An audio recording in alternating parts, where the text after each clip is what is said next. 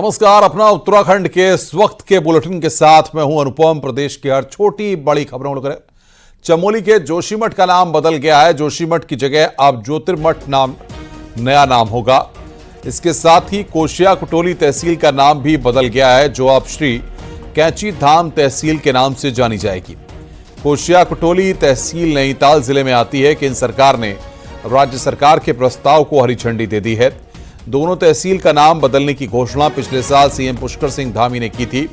राज्य सरकार के प्रस्ताव को केंद्र सरकार ने अब हरी झंडी दे दी है। स्थानीय लोगों की मांग पर नाम बदलने का प्रस्ताव दिया गया था।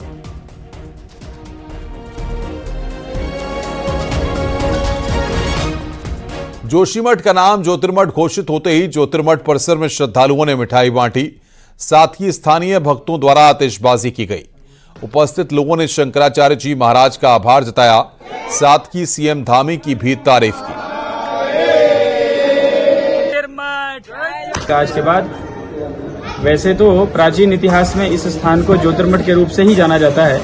जब 2500 वर्ष पहले आदि शंकराचार्य जी महाराज आए, यहाँ पर उनको आत्म ज्योति का दर्शन हुआ, तब उन्होंने इस स्थान का नाम ज्योतिर्मठ रखा। आज शंकराचार्य जो ब्रह्मलीन हो चुके हैं, उनकी कृपा से, उनके प्रयासों की वजह से आदरणीय मुख्यमंत्री जी ने इसका नाम पुनः ज्योतिर्मठ किया गया है। इसके लिए तहे दिल से शुक्रिया, धन्यवाद। मुझे यहाँ आने के बाद पता चला कि इसका प्राचीन नाम ज्योतिर्मठ फिर से आज मुख्यमंत्री जी ने इसको रखा। इसके लिए मैं सभी को धन्यवाद करना चाहती हूँ। देहरादून पुलिस के पास एक अजब गजब का मामला सामने आया, जहां एक लड़की ने अपनी मुस्लिम महिला मित्र पर ही जबरन धर्मांतरण करवाने के आरोप लगाए हैं। मामला गंभीर होता देख पुलिस ने उत्तराखंड धार्मिक स्वतंत्रता अधिनियम के तहत केस दर्ज कर लिया है। दरअसल देहरादून में लॉ कॉलेज की छात्रा ने अपने ही साथ पढ़ने वाली कश्मीर की छात्रा पर गंभीर आरोप लगाए हैं।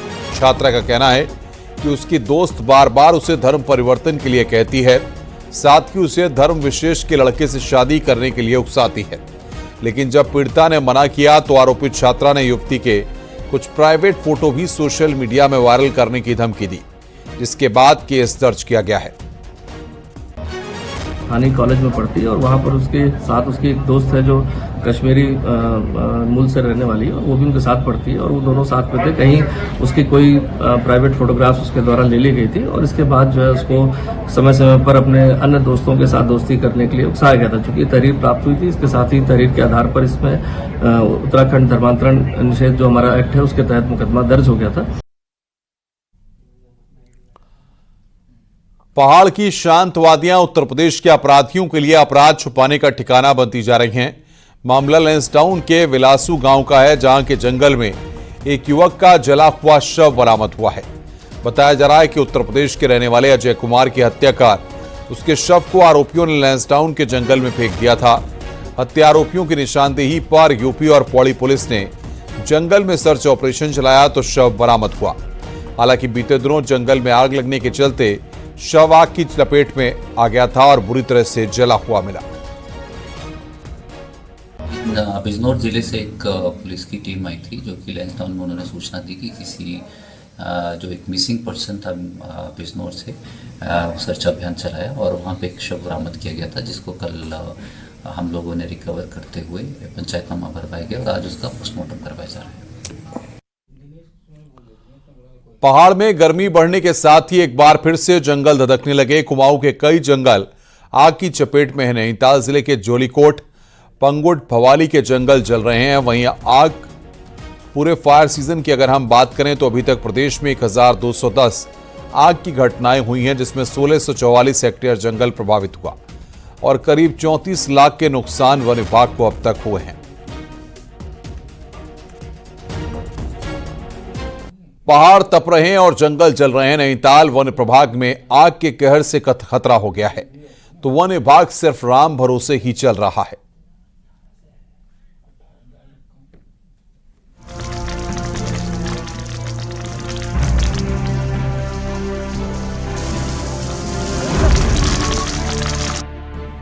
आग की लपटें एक बार फिर से डराने लगी। नैनीताल के भवाली और मनोरा रेंज के जंगल आग की चपेट में हैं, तो कई हेक्टेयर जंगल इस धधकती आग में स्वाहा हो चुके हैं। हालात इतने ज्यादा खराब हैं कि पर्यटकों की गाड़ियां इस आग के बीच से गुजर रही हैं। तो रूसी बाईपास में पुलिस चौकी और दुकान को बमुश्किल बचाया जा सका।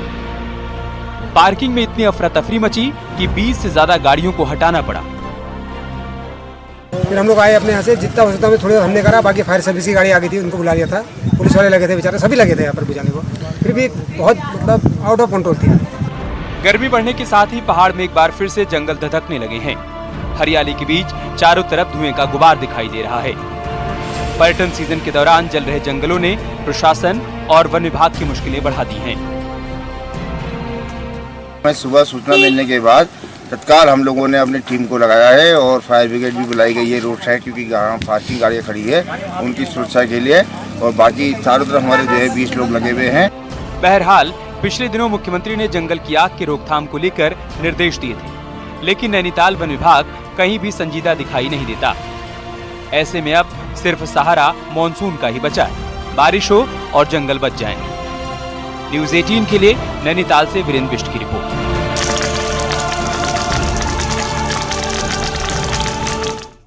पौड़ी जिले के केश्वर ब्लॉक के बड़ोली गांव तक पहुंची जंगल की आग ने गांव के पास बने वेडिंग हॉल को भी अपनी चपेट में ले लिया। आग से वेडिंग हॉल में रखा सामान जलकर खाक हो गया।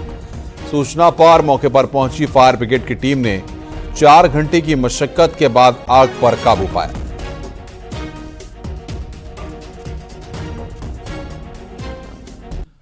आगे बढ़ते हैं। जंगलों में आग लगने का एक बड़ा कारण चीड़ की पत्तियां यानी पिरुल भी है। इसलिए अब बॉयलर का प्रयोग करने वाली इंडस्ट्रीज के लिए अनिवार्य किया जा सकता है कि वो कम से कम 5 से 7% रॉ मटेरियल के रूप में पिरुल का प्रयोग करें। उत्तराखंड में जंगलों की आग से हर साल करोड़ों की वन संपदा सुआहा हो जाती है। आग का मुख्य कारण चीड़ के जंगलों में चीड़ की पत्तियां होती हैं, जो गर्मियों के सीजन में आग पकड़ते ही पेट्रोल का काम करने लगती हैं। जंगलों से पिरूल हटाया जा सके, इसके लिए उत्तराखंड सरकार ने इस बार पिरूल खरीद की कीमत 3 रुपए से बढ़ाकर 50 रुपए कर दी। लेकिन सवाल उठता है कि इस पिरूल का क्या किया जाए। इसके लिए वन विभाग अब एक ऐसा प्रस्ताव तैयार कर रहा है जिसके तहत उत्तराखंड में स्थापित बॉयलर का प्रयोग करने वाली इंडस्ट्रियों के लिए रॉ मटेरियल के रूप में 5 से 7% पिरूल या पिरूल से बने ब्रिक का प्रयोग करना अनिवार्य होगा।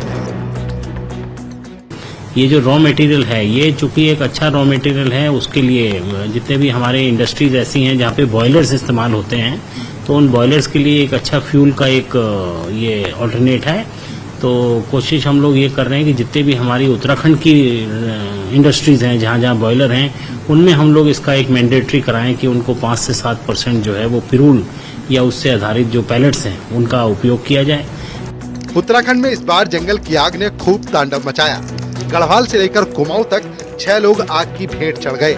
इस साल रिकॉर्ड 1200 से ज्यादा आग लगने की घटनाएं हुई हैं। ऐसे में अगर पिरूल पर सरकार की ये नीति कारगर होती है तो उम्मीद है कि जंगल में आग की घटनाओं में कमी हो सकेगी, साथ ही पिरूल का भी सही इस्तेमाल हो सकेगा। न्यूज़ 18 के लिए देहरादून से सुनील नवप्रभात की रिपोर्ट।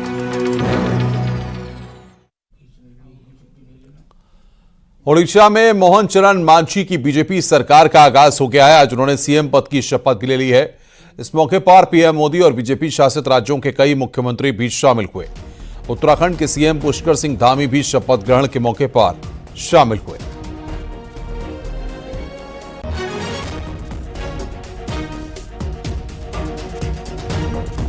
मंगलौर और बद्रीनाथ विधानसभा उपचुनाव के लिए बीजेपी ने सियासी बिछाद बिछानी शुरू कर दी है। बीजेपी ने बुधवार को अपने 2 नेताओं को बतौर ऑब्जर्वर बनाकर दोनों विधानसभाओं में भेजा है। देखिए रिपोर्ट।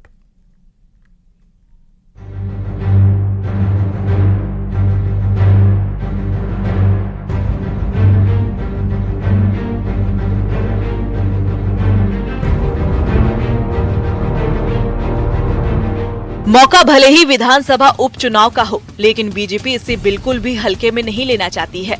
बीजेपी ने बद्रीनाथ सीट के लिए चमोली जिले के प्रभारी मंत्री धन सिंह रावत और रुद्रप्रयाग के विधायक भरत चौधरी को ऑब्जर्वर बनाया है, तो इधर मंगरौली सीट पर प्रदेश महामंत्री आदित्य कोठारी और विधायक खजान दास को ऑब्जर्वर नियुक्त किया है। चारों लोगों ने बुधवार को विधानसभाओं में पहुंचकर मोर्चा संभाल लिया है। ये ऑब्जर्वर प्रत्याशियों को लेकर कार्यकर्ताओं के मन की थाह लेने के साथ ही वहां की सियासी हवा को भांपकर गोपनीय रिपोर्ट संगठन को सौंपेंगे। देखिए, हमारे कि हम विकास के नाम पे वोट मांगेंगे और मैं आशा और विश्वास के साथ कह सकता हूं कि चमोली के लोग भारतीय जनता पार्टी के साथ में हैं और एक अच्छी विजय की ओर हम जाएंगे। देखिए, मंगलौर हमारे लिए बड़ा टफ रहा है, आपने सही कहा, क्योंकि हम वहाँ पे अभी चुनाव राज्य बनने के बाद नहीं जीत पाए। बसपा कभी कांग्रेस, और इस समय हम पूरी ताकत के साथ वहाँ पे चुनाव लड़ेंगे, चुनाव फाइट करेंगे और मुझे लगता है कि इस समय हम वहाँ पे जीतने की कोशिश करेंगे। बीजेपी दोनों विधानसभाओं में मंडल लेवल पर अपने विधायकों, मंत्रियों और सांसदों की तैनाती भी करने जा रही है। लोकसभा चुनाव में कई नेता पार्टी के मुताबिक अपना परफॉर्मेंस नहीं दे पाए थे। उपचुनावों में भी बूथ लेवल तक वोटों के मार्जिन का टारगेट नेताओं को देने की तैयारी है। पार्टी समीक्षा करती है और पार्टी एक टीम भावना के साथ में एक कलेक्टिव होकर के काम करती है और वहाँ पर कार्यकर्ताओं की भूमिका रहती है, हमारे जो जनप्रतिनिधि उनकी भूमिका रहती है। सब लोग एक समूह के रूप में, एक टीम के रूप में काम करते हैं। दरअसल बीजेपी हो या कांग्रेस, कोई भी उपचुनाव को हल्के में नहीं लेना चाहेगा, क्योंकि इसके ठीक बाद प्रदेश में निकाय चुनाव भी होने हैं और उपचुनाव में जीत हार की हवा निकाय चुनाव में पार्टियों का गणित बना और बिगाड़ भी सकती है। न्यूज़ 18 के लिए देहरादून से सुनील नवप्रभात की रिपोर्ट।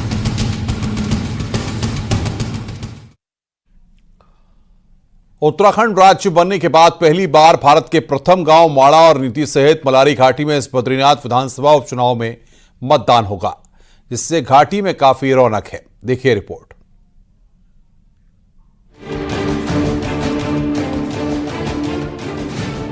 चमोली की नीति और माड़ा घाटी पर पहली बार हो रहे चुनाव को लेकर राजनीतिक दलों के नेताओं में काफी उत्साह दिखाई दे रहा है और अभी से ही अपने पक्ष में मतदान करने को लेकर नेता गांव का भ्रमण भी करने लगे हैं और आने वाले वक्त में नेताओं के और भी दौरे होंगे। उपचुनाव में भारत के प्रथम गांव माड़ा, नीति, मलारी, कैलाशपुर, गमशाली, झेलम, कोशा, द्रोणागिरी, जुम्मा गांव समेत 3,834 मतदाता अपने ही पैतृक गांव में पहली बार मतदान करेंगे। माड़ा और नीति घाटी में पहली बार 1955 में एक बार लोकसभा का चुनाव हुआ था। उसके बाद अब सीधे 2024 में विधानसभा का उपचुनाव होगा।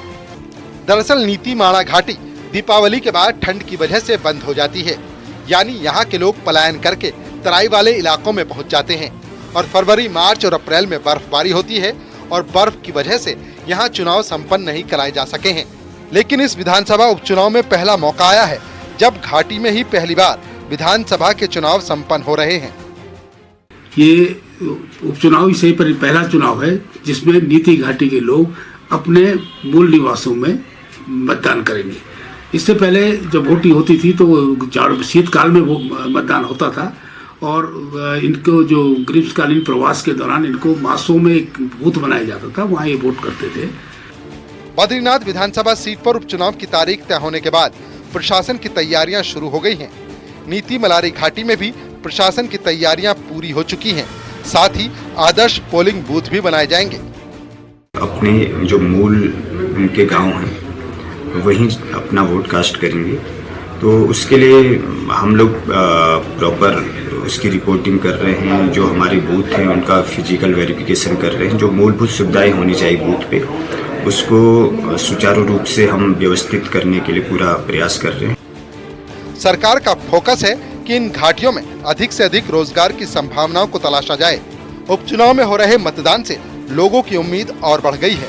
अब आने वाले वक्त में यहाँ विकास की नीतियाँ निर्धारित की जाएंगी। चमोली से न्यूज़ 18 के लिए नितिन सेमवाल की रिपोर्ट। चुनाव जीतने के बाद पहली बार हरिद्वार पहुंचे कांग्रेस सांसद सतपाल ब्रह्मचारी का कांग्रेसियों ने जोरदार स्वागत किया। सतपाल ब्रह्मचारी के हरियाणा के सोनीपत में सांसद बन जाने के बाद उत्तराखंड कांग्रेस में उनका कद ऊंचा हो गया है। साथ ही हरिद्वार के कांग्रेसी कार्यकर्ताओं में भी नई ऊर्जा भर गई है। हरिद्वार में कांग्रेस कार्यकर्ता ढोल बजाकर थिरके, आतिशबाजियां जलाई और खूब जश्न मनाया। सतपाल ब्रह्मचारी ने हरियाणा के सोनीपत से चुनाव जीता है। वो मूल रूप से सोनीपत के ही रहने वाले हैं। नेता होने के साथ सतपाल ब्रह्मचारी भूपतवाला स्थित राधा कृष्ण धाम आश्रम के अध्यक्ष भी हैं और राजनीति में लंबे समय से सक्रिय हैं। की देन है, जहाँ पूरे देश में नाम हुआ। कर्म भूमि मेरी हरिद्वार रही है और आगे भी मैं इसी तरह जैसे पहले था हरिद्वार के लिए वैसा ही हूँ। और कर्म भूमि की तरह मैं जन्मभूमि चला गया था। कर्म भूमि का जो प्रसाद था वो जन्मभूमि ने देता। पूरे हरिद्वार में उत्साह है। हरिद्वार की शान है सतपाल ब्रह्मचारी। हरिद्वार कर्म भूमि है और हरिद्वार का आशीर्वाद लेके महाराज जी ने सोनीपत की जनता का दिल जीता है। आपदा के वक्त कैसे लोगों को सुरक्षित रखा जा सके, इसके लिए नैनीताल में मॉक ड्रिल की गई। भारत सरकार की ओर से नैनीताल रोपवे में मॉक ड्रिल की गई। इस दौरान एनडीआरएफ द्वारा स्थानीय लोगों को खतरे और आपदा के दौरान कैसे लोगों को सुरक्षित बचाया जा सके, इसके लिए ट्रेनिंग दी गई। 2 घंटे तक चले इस अभियान के दौरान हवा में लटकी ट्रॉली से लोगों को सुरक्षित बाहर निकाला गया। आज सभी जितने भी विभाग यहाँ पर काम करते हैं नैनीताल में, इनके सहयोग से यहाँ पर ये मॉक एक्सरसाइज कंडक्ट की, जिसमें यह था कि सबसे पहले रिस्पॉन्ड करते वक्त जो भी परेशानियां आई हैं, एक दूसरे से एक स्टेक होल्डर दूसरे स्टेक होल्डर से व्यवस्था में, बंदोबस्ती में और ऑपरेशन में कैसे कोऑर्डिनेट कर सकते हैं। रुक रहे हैं यहां पर एक ब्रेक के लिए। खबरों का सिलसिला लगातार जारी है।